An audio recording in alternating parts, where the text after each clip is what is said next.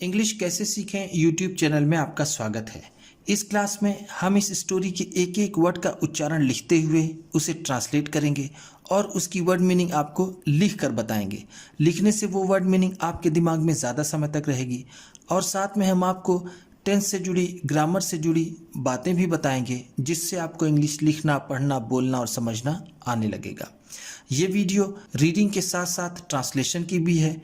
जिन लोगों को सिर्फ रीडिंग की वीडियोस चाहिए वो चैनल की प्लेलिस्ट में जाकर ढेर सारी रीडिंग की वीडियोस देख सकते हैं, और जिन लोगों को ट्रांसलेशन की वीडियोस चाहिए उसकी भी प्लेलिस्ट है, वो वहाँ पर जाकर ढेर सारी ट्रांसलेशन की वीडियोस को भी देख सकते हैं। इस तरह की क्लास में मैं शब्दों के उच्चारण को भी लिख देता हूँ, जिससे उन लोगों को काफ़ी आसानी हो जाती है जिन्हें इंग्लिश पढ़ने में परेशानी होती है। इसी के साथ आप कर दीजिए इस वीडियो को लाइक और मैं करता हूँ शुरू। English story. इस स्टोरी का क्या नाम है? Elephants and mice. Elephants and mice. हाथी और चूहे। एलिफेंट्स का मतलब क्या होता है? हाथी, और माइस का मतलब चूहे। ध्यान दीजिएगा, ये माउस का प्लूरल है, MOUSE, माउस। माउस का मतलब होता है चूहा। दो तरह के चूहे होते हैं, RAT रैट, एक रैट होता है जो छोटा चूहा होता है, माउस बड़े चूहे को कहते हैं, और ये माउस का प्लूरल है माइस। लॉन्ग अगो, बहुत पहले। लॉन्ग अगो का मतलब है बहुत पहले। There was a large and clean lake. एक बड़ी और साफ सुथरी झील थी। लार्ज का मतलब क्या है? बड़ी। क्लीन का मतलब साफ। लेक का मतलब होता है झील। The water in the lake. झील का पानी। इन द लेक का मतलब है झील का। वाटर का मतलब जैसा हम जानते हैं पानी। झील का पानी was very sweet.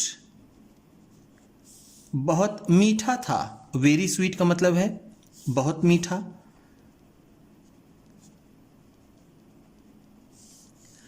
Right next to the lake.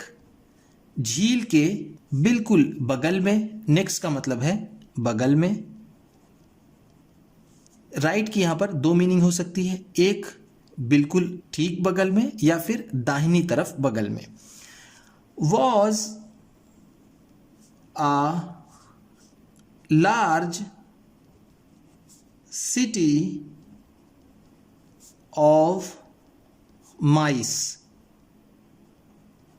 चूहों का एक बड़ा सा शहर था। सिटी ऑफ माइस का मतलब है चूहों का शहर। चूहों का शहर। लार्ज का मतलब जैसा मैंने आपको ऊपर बताया बड़ा। Just a little while away. बस थोड़ी ही दूरी पर। Just a little while away का मतलब है बस थोड़ी ही दूरी पर।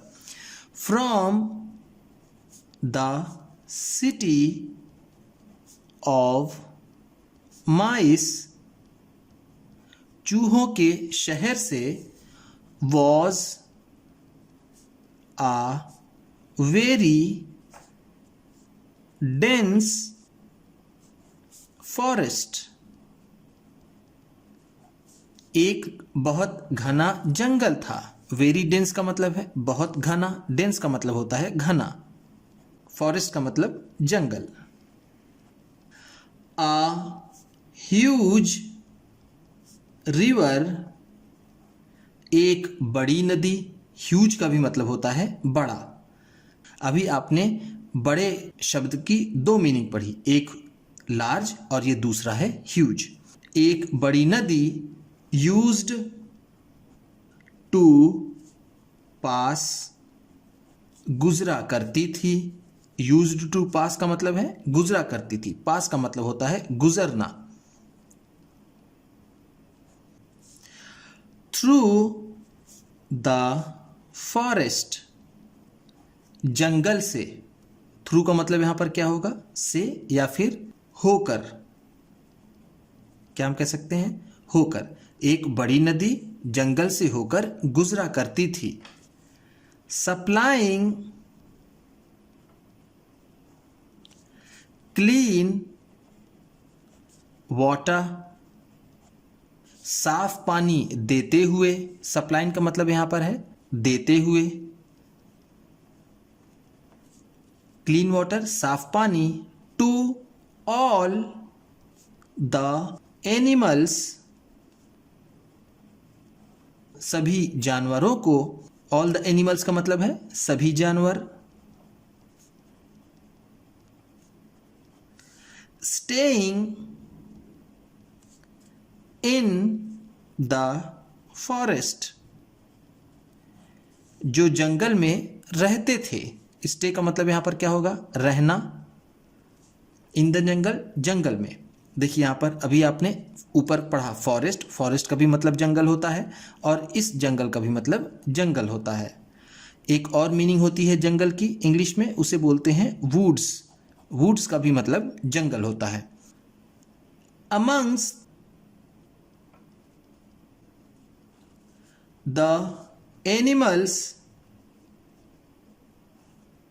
जानवरों में। एमंग्स का मतलब यहां पर क्या होगा, में, जानवरों में से। There was a big herd of elephants, हाथियों का एक बड़ा झुंड था। अ बिग हर्ड, बड़ा झुंड। हर्ड का मतलब होता है झुंड। हर्ड ऑफ एलिफेंट्स का मतलब होगा हाथियों का झुंड। देखिए एक वर्ड और आ गया बिग। बिग का भी मतलब होगा बड़ा। आपने लार्ज पढ़ा, आपने ह्यूज पढ़ा और ये तीसरा वर्ड है बिग। इसीलिए मैं आपको एक एक वर्ड लिख करके बताता हूं जिससे आपका कोई भी वर्ड मिस ना हो और आपकी वोकैबुलरी, आपकी वर्ड मीनिंग दिन ब दिन अच्छी होती जाए। दे स्टेड, वो वहां रहते थे। स्टे का मतलब मैंने आपको पिछली पेज में बताया, रहना। एंड, और, एट, और खाया करते थे। इन द जंगल, जंगल में। एट, ईट का सेकेंड फॉर्म है। ईट का मतलब होता है खाना। एट है तो वो खाते थे। एंजॉइंग, आनंद लेते थे। एंजॉय का मतलब होता है आनंद लेना। The cool and clean water of the river, नदी के साफ और ठंडे पानी का। कूल एंड क्लीन वाटर का मतलब है साफ और ठंडा पानी। ऑफ द रिवर, नदी का। रिवर का मतलब होता है नदी। ड्यूरिंग वन समर, एक गर्मी के दौरान। ड्यूरिंग का मतलब होता है दौरान। समर का मतलब गर्मियों का मौसम।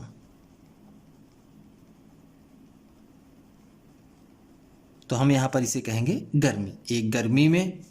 इट रेन्ड वेरी लेस, बहुत कम बारिश हुई। वेरी लेस का मतलब है बहुत कम।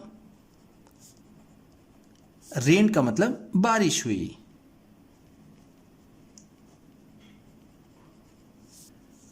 द रिवर रैन ड्राई, नदी सूख गई। रैन ड्राई का मतलब है सूख गई। The elephants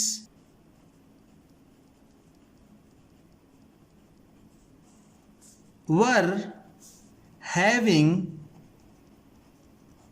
a hard time। हाथियों का कठिन समय गुजर रहा था। हार्ड टाइम का मतलब है कठिन समय। हैविंग का मतलब यहां पर है गुजर रहा था। विदाउट वाटर, पानी के बिना। विदाउट का मतलब है के बिना, वाटर का मतलब पानी। The queen of the elephant heard, हाथियों के झुंड की रानी ने। हर्ड का मतलब झुंड, क्वीन ऑफ द एलिफेंट का मतलब है हाथियों की रानी। Asked all the young elephants to search for water. सभी नौजवान हाथियों से पानी ढूंढने के लिए कहा। आस्क्ड है यहां पर, उसके बाद यहां पर टू है। आस्क टू का मतलब होता है कहना। सर्च फॉर का मतलब है ढूंढना। इन ऑल डायरेक्शंस, सभी दिशाओं में। इन ऑल डायरेक्शंस का मतलब है सभी दिशाओं में, सभी दिशाओं में। आफ्टर आ फ्यू डेज, कुछ दिनों बाद। आफ्टर का मतलब होता है बाद, a few days कुछ दिनों। one of the elephants,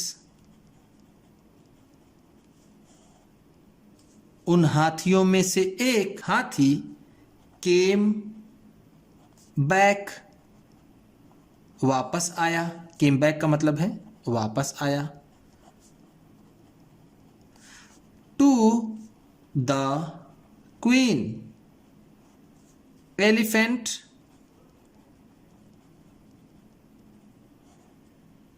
रानी हाथी के पास।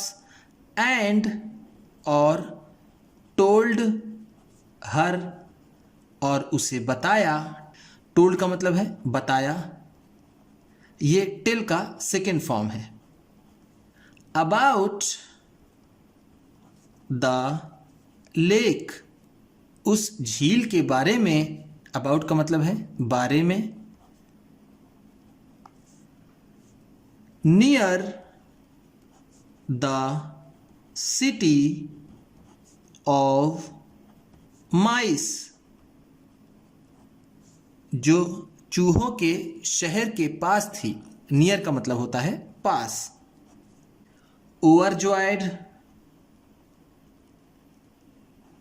टू, बहुत खुश होकर।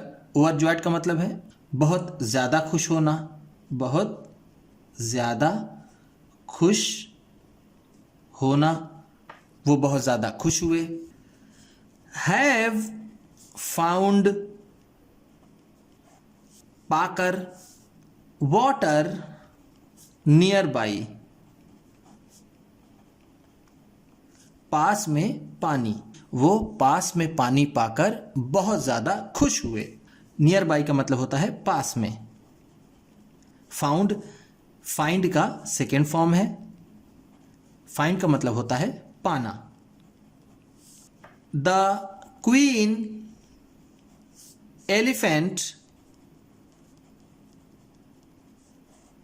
रानी हाथी। ऑर्डर्ड द हर्ड, झुंड को आदेश दिया, ऑर्डर्ड का मतलब है आदेश दिया। To start moving